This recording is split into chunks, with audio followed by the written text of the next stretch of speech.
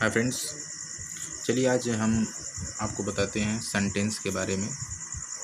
Sentence की तीसरी मेरी वीडियो क्लास में आपका स्वागत है।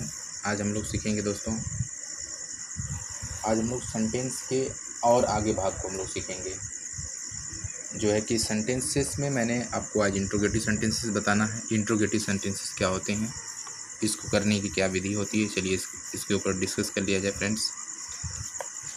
जो है इंट्रोगेटिव जो सेंटेंसेस होते हैं, दूसरा हमारा जो है इंट्रोगेटिव सेंटेंस क्या है। Interrogative INTERROGATIVE interrogative sentences SENTENCE, ठीक है। इंट्रोगेटिव सेंटेंस इंट्रोगेटिव सेंटेंस, यहाँ पे एस लगा देंगे, सेंटेंसेस कर देंगे। Interrogative sentence INTERROGATIVE sentences SENTENCES, okay. इसे हम लोग, इसका दूसरा नाम या हम लोग कह सकते हैं, इसे हम क्या कहते हैं, या क्वेश्चंस वाला भी कह सकते हैं, क्वेश्चंस वाला भी कह सकते हैं, QUESTIONS क्वेश्चंस वाला भी कह सकते हैं, ठीक है ना। इसका हम प्रश्नवाचक वाक्य, इस प्रकार के वाक्यों को हम लोग क्या कहते हैं, प्रश्नवाचक वाक्य कहते हैं। क्या कहते हैं, प्रश्नवाचक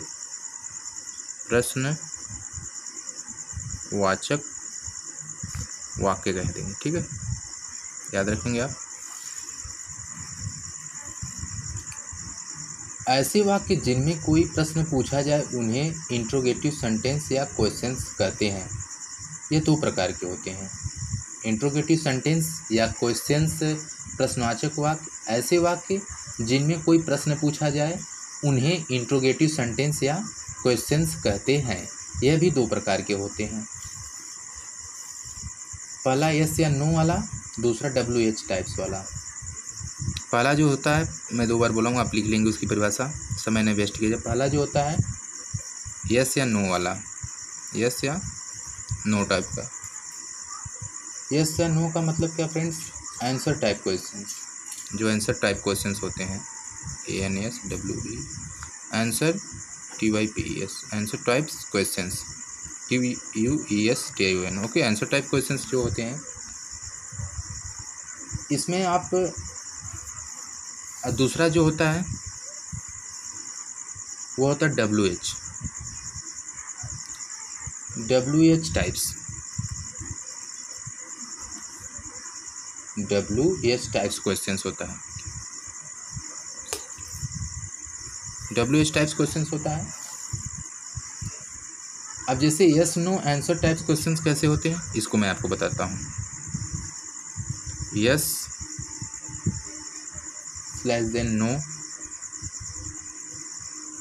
या no answer types question, ANSWERS answer types, यहाँ पे नीचे लिख लीजिए types, TYPES types questions, QUESTIONS,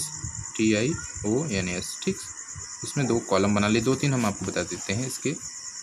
और जो WH टाइप्स कैसे होते हैं, या इसको A नाम दे दीजिए, एक कॉलम A, इसे कॉलम B नाम दे दीजिए, ठीक है। WH टाइप्स कैसे होते हैं, इसे चलिए कर लिया जाए, WH types question, TYPES types question, QUESTION, आप जानिएगा। अब यस या नो टाइप का क्वेश्चन क्या होता है, इसकी एग्जांपल चलिए हम लोग देखा जाए। यस टाइप क्वेश्चन का मतलब होता है, जैसे is this mango ripe, is this mango ripe, is this MANGO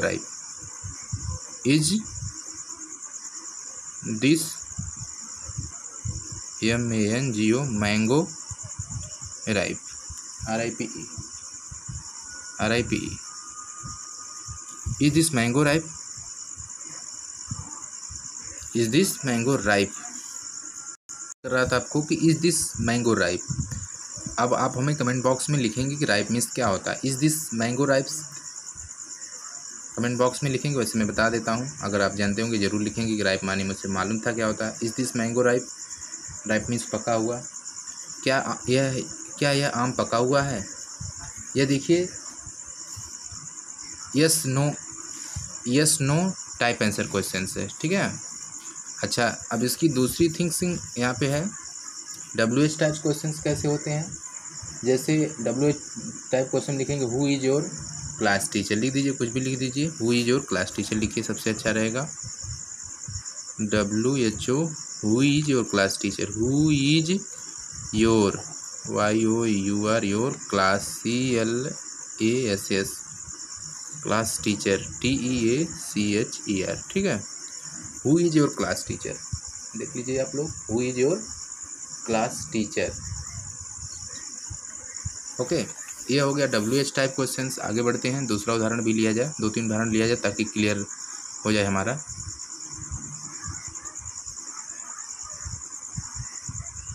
दूसरा उदाहरण लीजिए, can you drive this car, can you drive, DRIVE, drive this car, can you drive this car. आगे question mark लगेगा, ध्यान देंगे। Can you drive this car, can you drive this car, क्या तुम यह कार चला सकते हो? Can you drive a car, can you drive this car. या आप इसे लिख सकते हैं कैन यू, इसे दूसरे ढंग से लिख सकते हैं, can you drive a car, can you drive, DRIVE, drive a car. Okay मित्र, कोई दिक्कत नहीं होनी चाहिए आपको। क्या आप इस कार को चला सकते हैं? दूसरी चीज़ इसमें लाया जाए, इसका हो जाएगा WH में हाउ कैन, अगर इसे WH में हम तो कन्वर्ट करेंगे तो कैसा बनेगा? How can he drive, DRIVE, how can he drive a car, how can he drive a car, how can he drive a car. समझ में आ रहा है बच्चों आपको? How can he drive a car, ठीक। आगे तीसरा एक और उदाहरण लेते हैं, तीसरा लास्ट उदाहरण लेते हैं।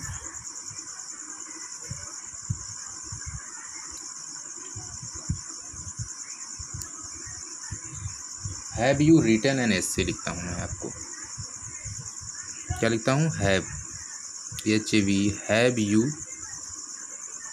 रिटन,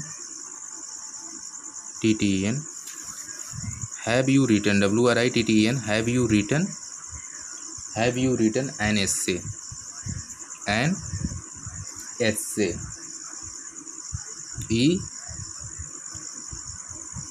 ESSAY, ठीक है।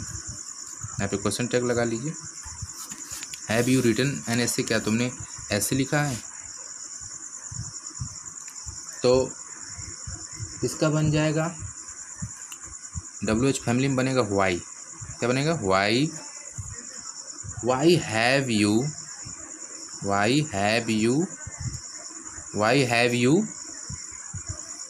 Retain, WRITTEN, why have you written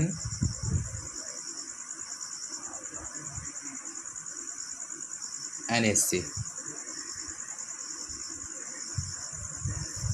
ESSAY, ठीक। why have you written an essay, समझ में आई आपको? तो आगे बढ़ा जाए।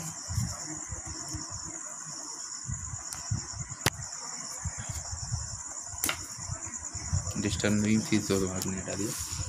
तो अब फ्रेंड्स याद ये रखना कि ऐसे प्रश्नवाचक वाक्य जिनके आरंभ में प्राइमरी या मॉडल ऑक्सिलरी वर्ब आवे, इसकी मैं आपको बात करता हूँ। देखिए मैं आपको बताता हूँ, सबसे इम्पोर्टेंट चीज़ मैं आपको बताने जा रहा हूँ, जहाँ पे आपकी कन्फ्यूजन रहती है उस चीज़ को मैं यहाँ पे क्लियर कराता हूँ। सबसे अच्छी बात आप यहाँ पे नोट करेंगे भाई मेरे, जो सबसे अच्छी बात यह है कि ऐसे प्रश्नवाचक वाक्य में विशेष में आप ध्यान देंगे। विशेष प्रकार की आपको मैं बात बताने जा रहा हूँ, विशेष में आप सारी बातों का ध्यान रखेंगे। विशेष में यह मैं आपको बताने जा रहा हूँ कि ऐसे प्रश्नवाचक वाक्य जिनके आरंभ में प्राइमरी, जिनके आरंभ में क्या, किस बात की बात हो रही है? प्राइमरी, जिसके आरंभ में प्राइमरी, MARY प्राइमरी या मॉडल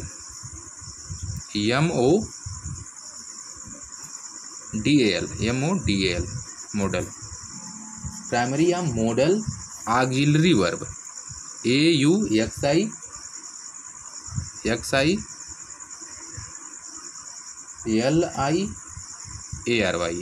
ऑक्सिलरी प्राइमरी या modal auxiliary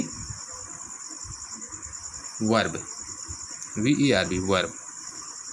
model auxiliary verb का मतलब क्या दोस्तों, जैसे बी, डू, कॉमा लगा दीजिएगा, डू, इसके बाद हैव, यहाँ पे जाइए, हैव, शैल, ध्यान से देखते जाइए, सभी मॉडल ऑक्सिलरी वर्ब हैं। Shall, will, can, could,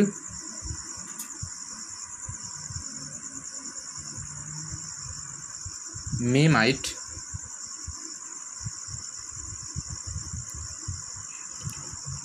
MAYMIGHT may, might आदि। ठीक, आगे बढ़ा जाए। तो ये जो चीज़ें मैंने आपको बताया हूँ, इस चीज़ को आप ध्यान रखेंगे कि जो ये मॉडल ऑक्सिलरी वर्ब होती हैं, ये be, do, have, shall, will, can, could, may, might आदि प्रयुक्त हों तथा उस वाक्य का हिंदी अनुवाद क्या शब्द से आरंभ हो, तो ऐसे प्रश्नों को यस या नो आंसर टाइप क्वेश्चन कहते हैं। जैसे मैंने आपको कॉलम ए में बता दिया, ऐसे प्रश्नवाचक वाक्य जिनके आरंभ में क्वेश्चन वर्ड का मतलब, जैसे फ्रेंड्स हाउ दिख जाए आपको, क्वेश्चन वर्ड क्या है, आप यहाँ पे लिख दे रहा हूँ आपके लिए, हाउ हो जाए, व्हाट हो जाए, how, what, when, WHEN when, where,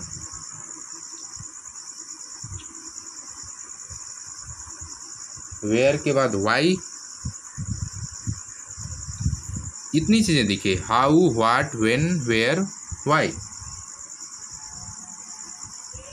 आदि प्रयुक्त हों तथा उस वाक्य के हिंदी अनुवाद में प्रश्न सूचक शब्द वाक्य के बीच में आए, तब ऐसे प्रश्नों को WH टाइप क्वेश्चन कहते हैं, जैसे मैंने कॉलम बी में आपको बता दिया है। ठीक है फ्रेंड्स, कॉलम बी में मैंने आपको बता दिया है, याद रखेंगे। याद रखिए, इंट्रोगेटिव वाक्य के अंत में प्रश्नवाचक चिन्ह लगाते हैं, ये प्रश्नवाचक चिन्ह ऐसा लगाते हैं, इसे आप ध्यान रखेंगे। ओके, उसके बाद जो है कि तीसरा हमारा प्रश्न प्रारंभ होता है। तीसरा जो होता है वह होता है इम्परेटिव सेंटेंस। क्या होता है इम्परेटिव सेंटेंस? IMPERATIVE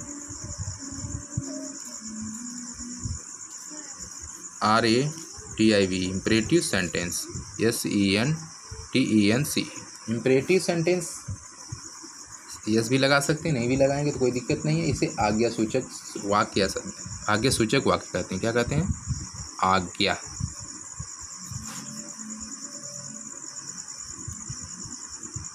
आज्ञा सूचक वाक्य कहते हैं। ठीक, आज्ञा सूचक इसे क्या कहते हैं? वाक्य कहते हैं। इम्परेटिव सेंटेंस आज्ञा सूचक वाक्य ऐसी वाक्य जिनसे आज्ञा, जिनसे क्या, ऐसे वाक्य जिनसे आज्ञा, लिखते जाएंगे आप, जिनसे आज्ञा, निवेदन,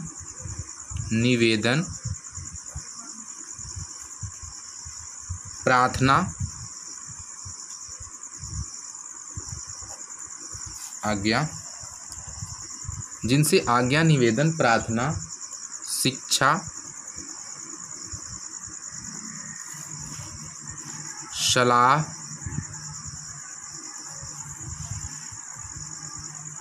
आदि का भाव प्रकट हो, आदि का भाव प्रकट हो, आदि का भाव प्रकट हो, आदि का भाव प्रकट, उन्हें इम्परेटिव सेंटेंस कहते हैं। ऐसे वाक्य में कर्ता यू प्राय छिपा रहता है। यू क्या रहता है? प्राय छिपा रहता है। जैसे please give me your pen. जैसे please give me your pen. Please give me your pen, आप देख सकते हैं ये अफर्मेटिव टाइप का सेंटेंस था। अफर्मेटिव का था AAFF IRMATIV ये अफर्मेटिव था। इसका निगेटिव बनाएंगे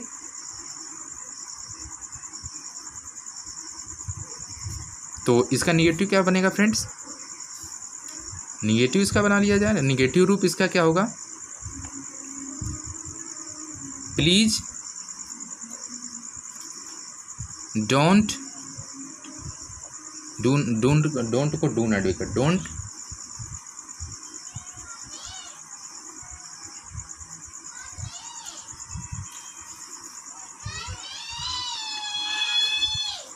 please don't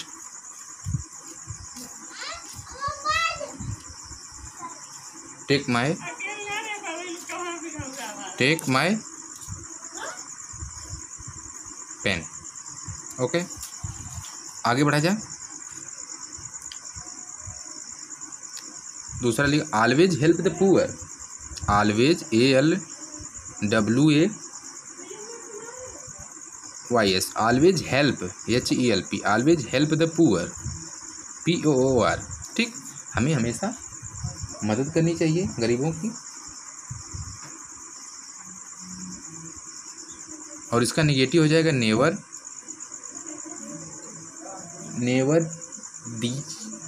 teach TEASC teach never teach the poor. Okay, ये हो गया। तीसरा उदाहरण दिया जाए, come in the class. Come in the class, come in the class, come in the class. इसका हो जाएगा निगेटिव डोंट। ये न ध्यान देंगे, don't come in the class, come in the class. Okay, चौथा example, fourth example, bring me a cup of tea. Bring BRING bring me a cup of coffee या T कर सकते हैं, टी ही लिख लीजिए, sorry.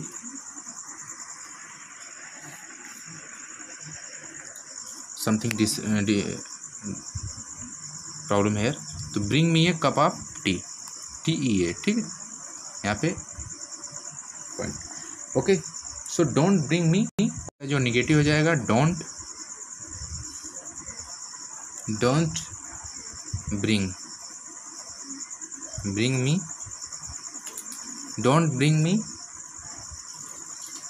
T. Okay, that's it. आगे मैं आपको बताता हूँ, आगे बढ़ा जाए। मैं आपको इम्परेटिव सेंटेंस की प्रैक्टिस कराया था बल्कि, जिसमें मैं आपको बताया था कि जो इम्परेटिव सेंटेंस होते हैं, इम्परेटिव वाक्य भी अफर्मेटिव या निगेटिव हो सकते हैं। निगेटिव वाक्यों को डू नॉट अर्थात डोंट या नेवर का प्रयोग होता है, ये आप याद रखेंगे हमेशा के लिए। इम्परेटिव के बाद हम आपको चौथा एक्सक्लेमेटरी सेंटेंस बताने जा रहे हैं। इसे ध्यान से देखेंगे। चौथा जो हमारा है एक्सक्लेमेटरी सेंटेंस। क्या है फ्रेंड्स? एक्सक्लेमेटरी, EXCLAMATORY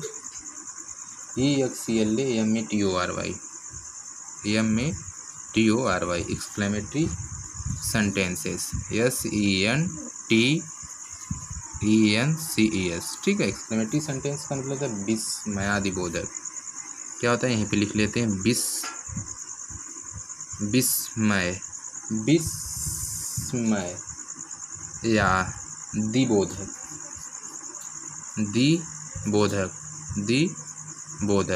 ठीक है, विस्मयादिबोधक ऐसे वाक्य जिनसे हर्ष, ऐसे वाक्य लिखते जाइए। चलिए, ऐसे वाक्य जिनसे हर्ष, शोक, आश्चर्य,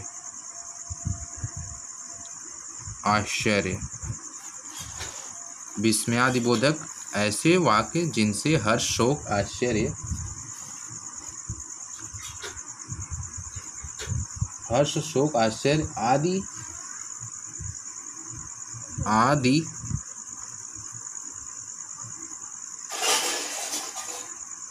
हृदय की तीव्र भावनाएं, तीव्र मतलब तेज, हृदय की तीव्र भावनाएं प्रकट हो, तीव्र भावनाएं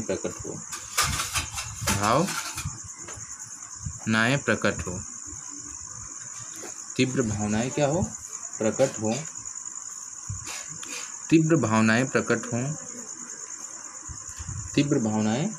हो, एक्सक्लेमेटरी सेंटेंस कहलाता है, ध्यान रखेंगे। अब जैसे में देखेंगे, जैसे कितना सुहाना मौसम है, ऐसे हम बनाते हैं, कितना सुहाना मौसम है,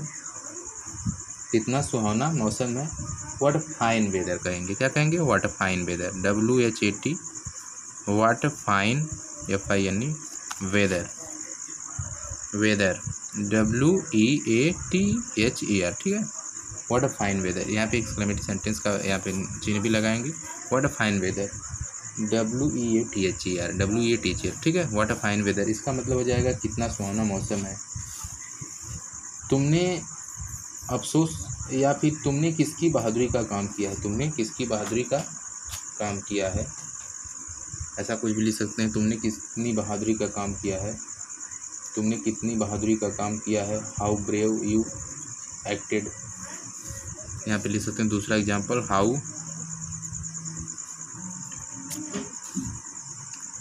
BRAV, हाउ ब्रेवली लिखेंगे, बल्कि BRAVELY, how bravely you acted कहेंगे, you acted, ACTED। Okay friends, यहाँ पे प्रश्न आयोजक चिन्ह लगाएंगे, ठीक है, हाउ ब्रेवली यू एक्टेड, तुमने कितनी बहादुरी काम किया है। अफसोस उसका बच्चा मर गया, चलिए इसको बनाया जाए, अफसोस उसका बच्चा मर गया, अलस बोलते हैं, ALAS, अलस, यहाँ पे आयोजक चिन्ह लगाएंगे। हर बेबी डायड, लड़की इसलिए हर लगाएंगे, HER, हर बेबी मतलब बच्चा, her baby BABY, her baby did, DID, did, ठीक ना, डेट बोलेंगे। अफसोस उसका बच्चा बन गया, वाह हम जीत गए, वाह हमने मैच जीत लिया। चौथा एग्जाम्पल, वाह हमने मैच जीत लिया, वाह हम जीत गए। हर्री, HURRY, हरी, ये हुर्रे भी कह सकते हैं इसे, दूसरे फ्रेंच लैंग्वेज में हुर्रे बोलते हैं, HURRH, hurray, we have won the match, WON, won the match या गेम, MATCH, ठीक है, we have won the match. Okay, right. याद रखना जो है एक्सक्लेमेटरी सेंटेंस में, आप फ्रेंड्स याद रखेंगे कि एक्सक्लेमेटरी सेंटेंस के अंतर्गत विस्मयादिबोधक चिन्ह, यानी इसे विस्मयादिबोधक चिन्ह हम लोग कहते हैं, इसे विस्मयादिबोधक चिन्ह का प्रयोग होता है। जैसे मैंने आपको बता दिया है, वाक्य के आरंभ में विस्मयादिबोधक शब्द जैसे आप देखेंगे अलस, ठीक, हुर्रे आदि का प्रयोग होता है, तथा इन शब्दों के बाद विस्मयादिबोधक चिन्ह होता है। इन शब्दों के बाद देखिए आप, विस्मयादिबोधक यहाँ पे भी रहेगा और विस्मयादिबोधक यहाँ पे भी, विस्मयादिबोधक चिन्ह यहाँ पे भी, दोनों में देखिए विस्मयादिबोधक चिन्ह है। ऐसे वाक्यों की रचना बिना वर्ब की भी होती है, ठीक, ऐसे शब्दों की रचना बिना वर्ब के भी होती है। चलिए पांचवा जो हमारा आता है, पांचवा हम आपको बता देते हैं। पांचवा जो फ्रेंड्स आता है ऑप्टेटिव सेंटेंस। आप लोग बताते नहीं ऑप्टेटिव, लेकिन हमारी इस वीडियो में आपको मैं बताऊंगा optative, OPTATIVE, TIV। Optative sentence क्या होता है? Optative sentence SENTENCE। ऑप्टेटिव मतलब इच्छा सूचक, जिसमें इच्छाएं हों। थोड़ा सा साइड कर लिया जाए, इसे साफ दिखे ताकि आपको। ऑप्टेटिव सेंटेंस का मतलब होता है इच्छा सूचक शब्द, इच्छा सूचक वाक्य, बल्कि इच्छा सूचक वाक्य। इच्छा सूचक वाक्य क्या होता है? इच्छा सूचक वाक्य ऐसे वाक्य जिनसे आशीर्वाद, चलिए लिख लिया जाए। बोलने में तो शायद आपको मज़ा नहीं आता, और लिखेंगे तो आपको शायद बेहतर लगेगा। चलिए मैं लिख ही देता हूँ, आपको लिखने में मज़ा आता है तो लिख लीजिए। ऐसे वाक्य लिखेंगे, ऐसे वाक्य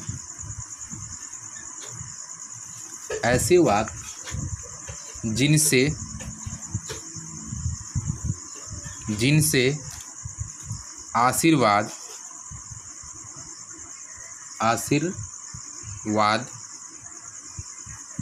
जिनसे आशीर्वाद या इच्छा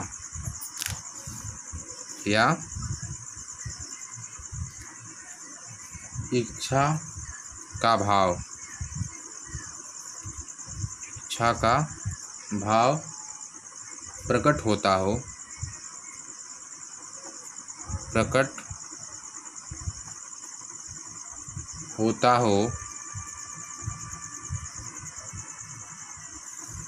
ऑप्टेटिव सेंटेंस कहते हैं। जैसे क्या होता है? मे यू लिव लॉन्ग, कुछ भी ले सकते हैं। मैं इसलिए सेंटेंस आपको वही दे रहा हूँ ताकि जो आप सुने हो कभी, इसलिए आपको समझने में आसानी होगी। मे यू लिव लॉन्ग, ठीक, LONG लॉन्ग।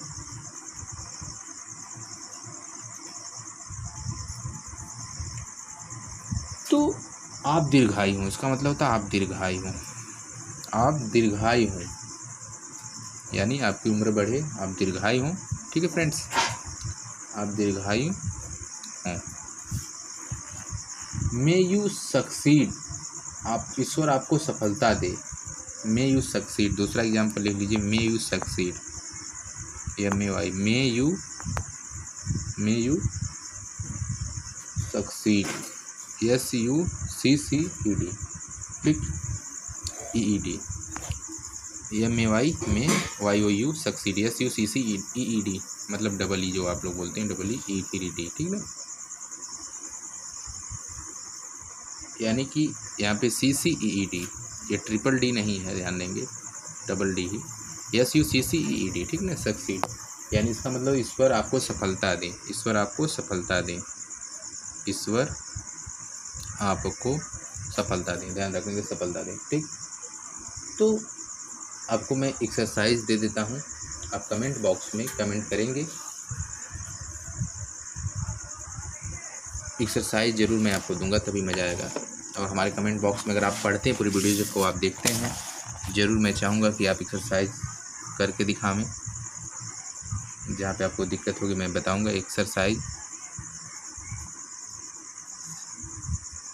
एक्सरसाइज मैं आपको दे देता हूँ। Right the kinds of the, मैं यहाँ पे लिखता हूँ, right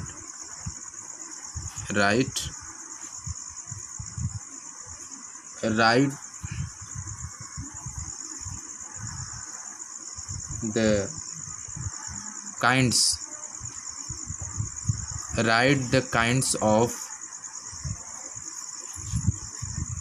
of the following,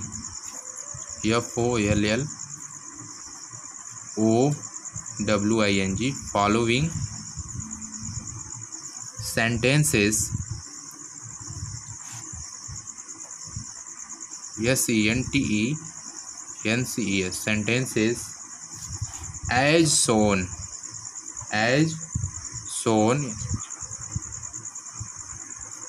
in the example.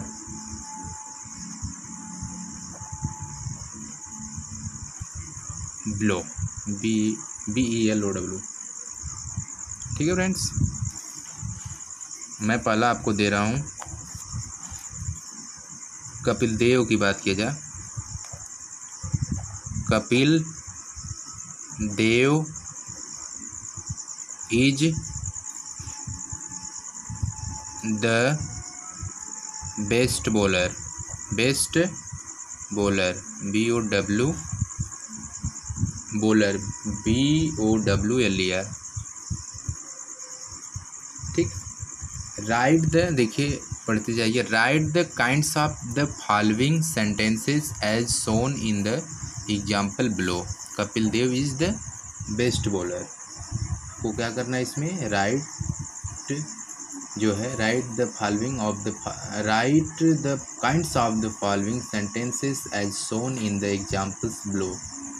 Examples मैंने दे दिया पहला कि Kapil Dev is the bowler, इसे आपको असर्टिव है, इसे इंट्रोगेटिव में आपको बनाना है, इसे आपको इंट्रोगेटिव में बनाना है, इंट्रोगेटिव में बनाना है,